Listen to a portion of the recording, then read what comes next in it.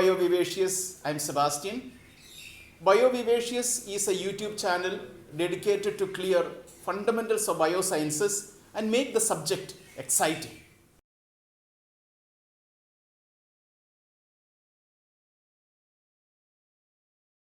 Let us start with the first alternative pathway for carbohydrate metabolism, that is pentose phosphate pathway. Let us understand the overall structure of this pathway. So if you look at overall structure of this pathway, see, these are two independent pathways. There are two independent pathways in pentose phosphate pathway. So let us begin with glucose. So you know that glucose is first product is glucose 6 phosphate, and glucose 6 phosphate can be formed from several sources. It may be glycolysis, maybe glycogenolysis also can result into glucose 6 phosphate, or the gluconeogenesis. So therefore there are many ways: glycolysis, gluconeogenesis, and as well as glycogenolysis. All these can result into glucose 6 phosphate. Now we begin this pathway from glucose 6 phosphate.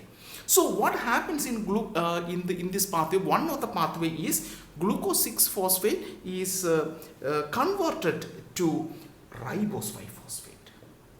So when it is getting converted to ribose 5 phosphate, what will happen? Remember, this is a 6 carbon sugar and this is a 5 carbon sugar. So a CO2 molecule is released. One CO2 will be released. That is very important.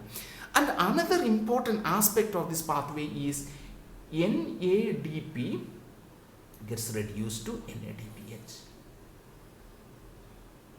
So this is another important aspect of this pathway. So therefore, this is one independent pathway. So therefore, let us number, this is one independent pathway. So this pathway is known as the oxidative phase. Okay, oxidative phase of PPP. Now, in the second pathway which is present in PPP, which is again another independent pathway, is this ribose phosphate is converted back into glucose 6 phosphate. So this is the second, this is a non-oxidative. Okay, this is the non-oxidative phase of this pathway. So therefore you will see that two things.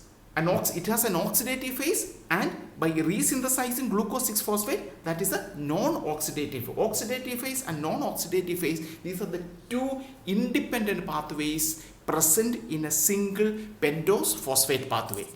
We are trying to understand alternate pathways of carbohydrate metabolism. So we have been looking at the significance of pentose phosphate pathway as well as the location where it occurs. So let us take the first step in pentose phosphate pathway, that is the first oxidation step.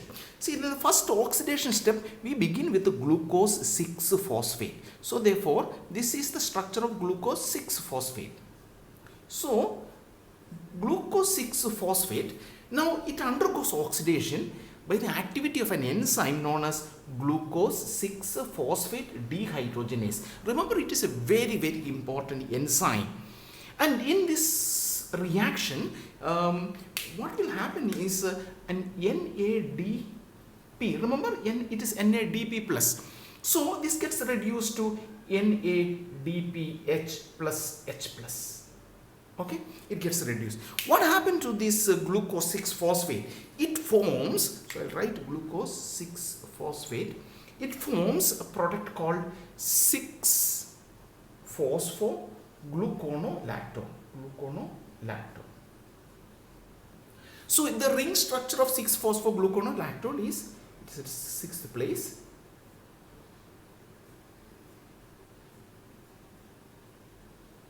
Okay, so this is the structure of 6-phosphogluconolactone. Look at the open structure of a 6-phosphogluconolactone. Let us draw that here, the open structure. So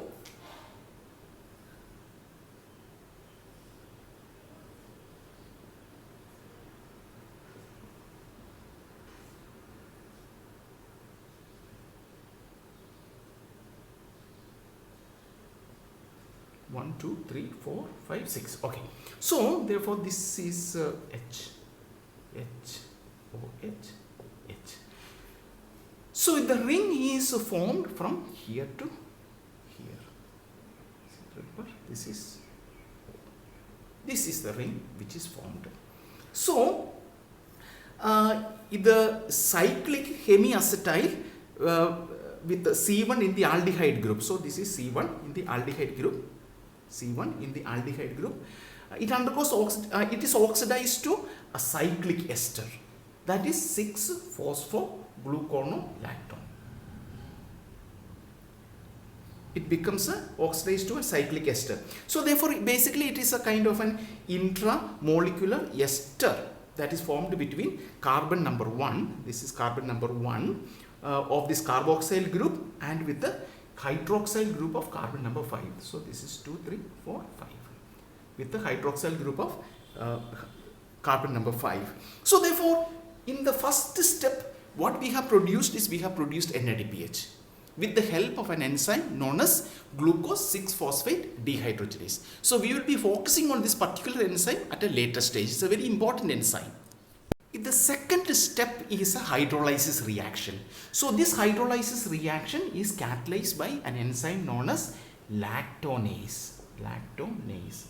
So it's a hydrolysis reaction. So a molecule of water is needed, and also it requires enzyme requires Mg2 plus as a cofactor. So therefore this lactonase will break open and convert this 6-phosphogluconolactone to 6-phosphogluconic acid.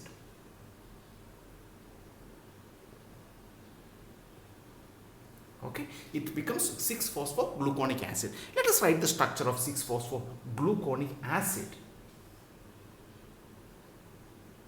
H, OH, OH. This is CH2OP. So therefore this will be H, OH, H, 6-phosphogluconic acid. So let us, to have clarity, this is number 1 and this is number 6. So therefore it is a hydrolysis reaction. So this is the second step. So we are making 6-phosphogluconic acid mainly to remove a carbon dioxide in the next step. That's why this hydrolysis reaction occurs and open the ring structure. The third reaction is an oxidative decarboxylation reaction. Now remember that this is the second NADPH producing step also. So we have glucose, a 6-phosphogluconic acid. Now what happens here is it is acted upon by an enzyme, that is 6-phosphogluconate dehydrogenase. Okay, 6-phosphogluconate dehydrogenase is the enzyme. So this will act and you will get NADP plus, so it gets reduced to NADPH plus H plus. And it will also release one CO2 molecule. It also releases one CO2. Now the question is, which CO2 is released? And that is going to be the carbon number 1. So therefore once the CO2 is removed, so these are proved by using radio labeling of carbon. So therefore this CO2, once it is released, it is left with the 5 carbon atoms. So this 5 carbon atoms becomes a product like this, CH2OH.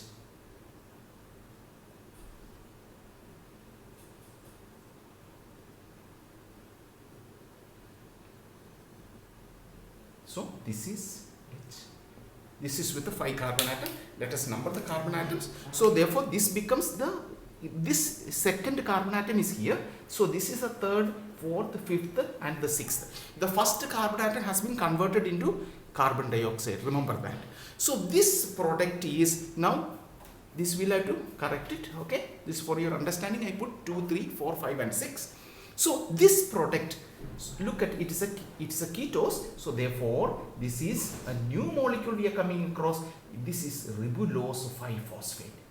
So therefore at the end of the oxidative phase of PPP, we are getting ribulose 5-phosphate. So oxidative decarboxylation has occurred. And another important thing that we need to remember is we have produced 2 molecules of NADPH. So therefore, with this background, let us write a very quick stoichiometry for in the oxidative phase of pentose phosphate pathway. So it's very easy to write. So we began with the glucose 6-phosphate, and step number 1 and in step number 3 we have used NADP plus. Therefore there are 2 NADP plus, and in step number 2 we used a molecule of water. That's all we have used. And what are we getting in return? We are getting ribulose 5-phosphate, 1 molecule we got it, and in the last step we released a molecule of carbon dioxide, and we also got 2 NADP DPH, 2 molecules. Step number 1 and 3 we have got 2 NADP plus and also 2 H plus. So this is going to be the overall equation or stoichiometric summary equation for the oxidative phase of pentose phosphate pathway. In many tissues where the requirement is for NADPH, this pathway will stop there. Okay, so we will be looking at it later on in which are these tissues where the pathway will stop here. It will not proceed towards the non-oxidative phase. It will stop with the production of 2 NADPH and as well as ribulose 5-phosphate.